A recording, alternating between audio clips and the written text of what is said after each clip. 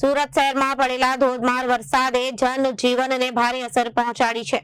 સતત વરસેલા વરસાદને કારણે શહેરના અનેક વિસ્તારોમાં વરસાદી પાણી ભરાઈ જતા લોકો ભારે મુશ્કેલીમાં મુકાયા છે। ખાસ કરીને કાપોદ્રા બંબાગેટ રોડ અને હીરાબાગ સર્કલ વિસ્તારમાં રસ્તાઓ પર પાણી ભરાઈ જતા વાહન વ્યવહાર ખોરવાઈ ગયો હતો।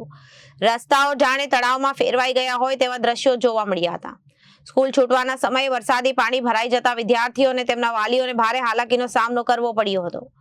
બાળકોને પાણીમાંથી પસાર થઈને ઘરે જવું પડ્યું, જ્યારે અનેક સ્થળોએ વાલીઓએ બાળકોને લેવા માટે મુશ્કેલીમાં મુકાયા। શહેરના મુખ્ય માર્ગો પર પાણી ભરાતા લાંબા ટ્રાફિક જામ સર્જાયા।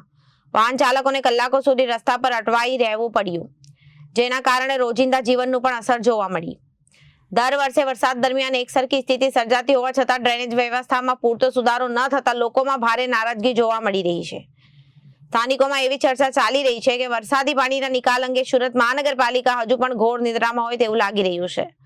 સ્થાનિકોએ તાત્કાલિક અસરથી પાણીના નિકાલની વ્યવસ્થા સુધારવાની અને વરસાદી સિઝન દરમિયાન અસરકારક આયોજન કરાવવાની માંગ ઉઠાવી છે।